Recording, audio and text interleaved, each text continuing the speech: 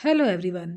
तो जैसे ही सर्दियाँ आती है, जो लोग घर पर ही मलाई से घी निकालते हैं तो उन्हें मलाई से मक्खन निकालने में बहुत ज़्यादा दिक्कत होती है। तो एक ख़ास ट्रिक से अगर आप मलाई से मक्खन निकालते हैं तो बिल्कुल आसान तरीके से आप मलाई से मक्खन और मक्खन से घी और बाज़ार जैसी पनीर इसे बना पाएंगे। तो चलिए हम बनाते हैं। बिना स्किप किए हुए पूरा वीडियो देखिएगा। तो यहाँ पर तकरीबन 20 दिन के ये मलाई होंगी। दूध के ऊपर जो मलाई आती है उसे ही मैंने इस बाउल में इकट्ठा किया था। इस मलाई में मैंने दही का जामन नहीं दिया था, बस ऐसे ही दूध से मलाई मैं निकाल कर इकट्ठा करती रही हूँ। तो यहाँ पर मैंने इसे कढ़ाई में निकाला है, आप कोई भी बर्तन में निकाल सकते हैं। तो यहाँ पर हम एक बड़ा सा बर्तन ले लेंगे। मेरे पास परात है तो मैंने परात ले लिया है और इसमें हम गर्म पानी डालेंगे। ये नहीं कि आपको खौलता हुआ पानी ही लेना है, पानी को अच्छे से सिर्फ गर्म आपको कर लेना है। और यहाँ पर जो ये मलाई है मैंने फ्रीज से डायरेक्ट निकाल कर इस कढ़ाई में डाला है। अब यहाँ पर हम मथनी लेंगे और मथनी से हल्के हल्के हाथों से हमें इस तरह से मथते जाना है। बस आपको 2 से 3 मिनट में ही इस ट्रिक से आपकी जितनी भी मलाई है उससे मक्खन आसानी से निकल जाएगी। तो देख सकते हैं हल्का सा गर्म पानी की वजह से ये जो मलाई सॉफ्ट हो गया है। अब 1 से 2 मिनट ही इसे चलाएंगे तो देखेंगे कि आपकी जो मलाई है उसमें से मक्खन आसानी से निकल जाएंगे। देख सकते हैं अभी मुश्किल से 1 मिनट ही हुए हैं और ये मक्खन निकलना शुरू भी हो गया है। इस तरह से देख सकते हैं दाने दाने जो है वो मक्खन के निकल चुके हैं। इस तरह से हो जाए तो समझ जाए कि आपकी मलाई से मक्खन निकलने के लिए तैयार हो गया है। जब इस तरह से मक्खन निकल जाए तो आपको जो नीचे वाला बर्तन में गर्म पानी है उसे आपको साइड में कर लेना है। अब यहाँ पर देख सकते हैं अच्छे से तैयार है। अब इसमें हमें पानी ऐड कर देना है। पानी ना तो गर्म होगा और ना ही ठंडा, नॉर्मल जो पानी होता है वही पानी इसमें हम डाल देंगे। पानी डालकर हम इस तरह से मथनी को थोड़ा सा चला लेंगे जिससे कि जो भी मक्खन है वो एक जगह इकट्ठा हो जाएंगे।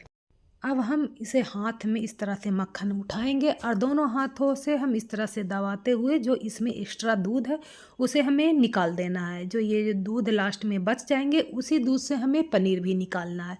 तो इसी तरह हम सारे मक्खन को हाथ से दबाते हुए इस तरह से इसका गोल शेप देकर निकाल लेना है। तो यहाँ पर जितने भी मक्खन है उसे हमें कढ़ाई में डाल देना है।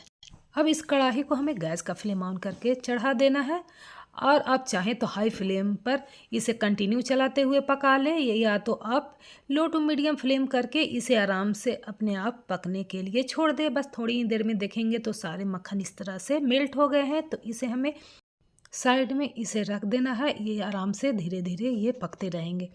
तो यहाँ पर हम वही दूध लेंगे जिससे कि मक्खन निकला था।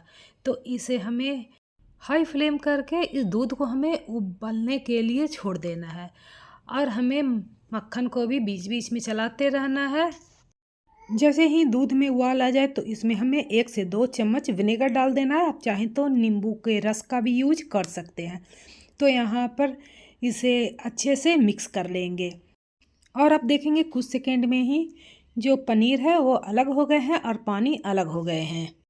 तो हमें गैस का फ्लेम ऑफ कर देना है और इसे छानने के लिए हम एक बाउल ले लेंगे।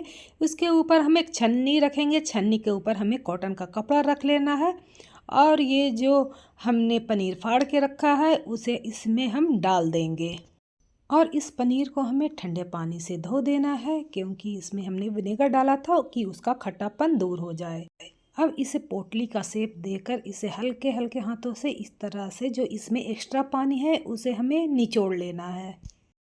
जब पानी निचोड़ जाए तो यहाँ पर हम एक प्लेट लेंगे। उसके ऊपर इस तरह से आपको इस पनीर को फैला लेना है और इसके ऊपर एक और हम प्लेट रखेंगे और उसके ऊपर कोई भी जो वजनी चीज़ हो वो आप इसके ऊपर रख दें जिससे कि पनीर अच्छे से सेट हो जाएंगे।